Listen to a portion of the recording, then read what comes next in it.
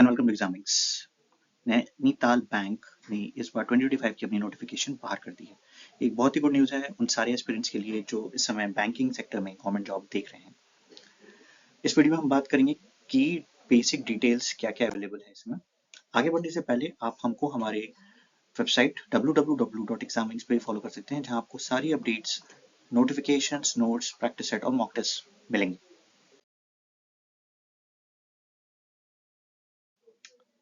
Nainital bank 2025 में जो अभी वैकेंसीज आई है वो है CSA, PO, specialist officer skill 1 and skill 2। Application date, important dates जो है इस बार है वो 12 दिसंबर 2025 से 1 जनवरी 2026 तक फॉर्म भरा जाएगा। तो करीब करीब आपके पास ठीक ठाक टाइम है, बट मैं ये कहूँगा लास्ट डे का वेट नहीं करना है, फॉर्म पहले आप फिल कर देना। एग्जाम जो होगा 18 जनवरी का होगा। इस मामले में मैं कहूँगा कि आपके पास हार्डली 1 महीना बचा हुआ है, तो अपनी फोकस करके प्रिपरेशन करते रहो। प्रिपरेशन में कोई मत, तैयारी में कोई कमी मत छोड़ो, ठीक है। ऑनलाइन मोड एग्जामिनेशन होगा, जैसे जो पैटर्न होता है वो सारी चीजें होंगी। वैकेंसीज जो आई हैं वो आपकी CSA मतलब कि क्लर्क लेवल पे 71 पोस्ट है, PO की 40 है, IT officers 15, credit officer 10 and AFO 10। अगर स्टेट 2 की बात करूं तो मैनेजर IT की 15 वैकेंसीज हैं, मैनेजर CA 5 पोस्ट है, मैनेजर लॉ 2 और मैनेजर सिक्योरिटी की 3 पोस्ट है।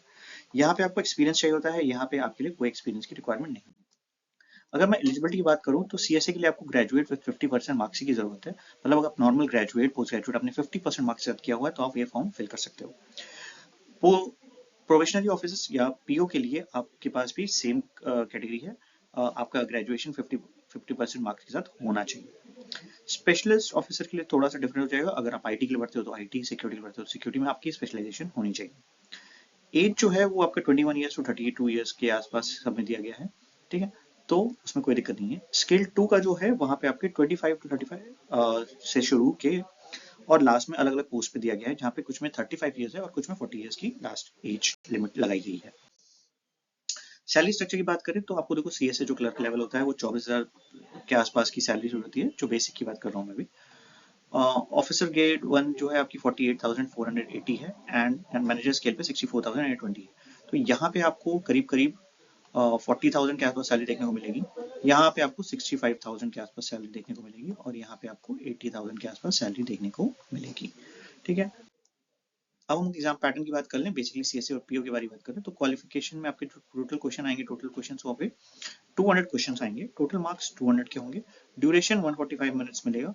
थोड़ा सा पैटर्न यहाँ पे डिफरेंट है, जिसका देखना रीजनिंग, इंग्लिश, GA और कंप्यूटर क्वांट का आपका पेपर होगा, जिसमें आपके GA, कंप्यूटर, क्वांट सारे पेपर्स एक साथ आपको देखने होंगे। तो बहुत ही इंपॉर्टेंट है कि उस हिसाब से आप तैयारी करें, फोकस करें एग्जामिनेशन पे।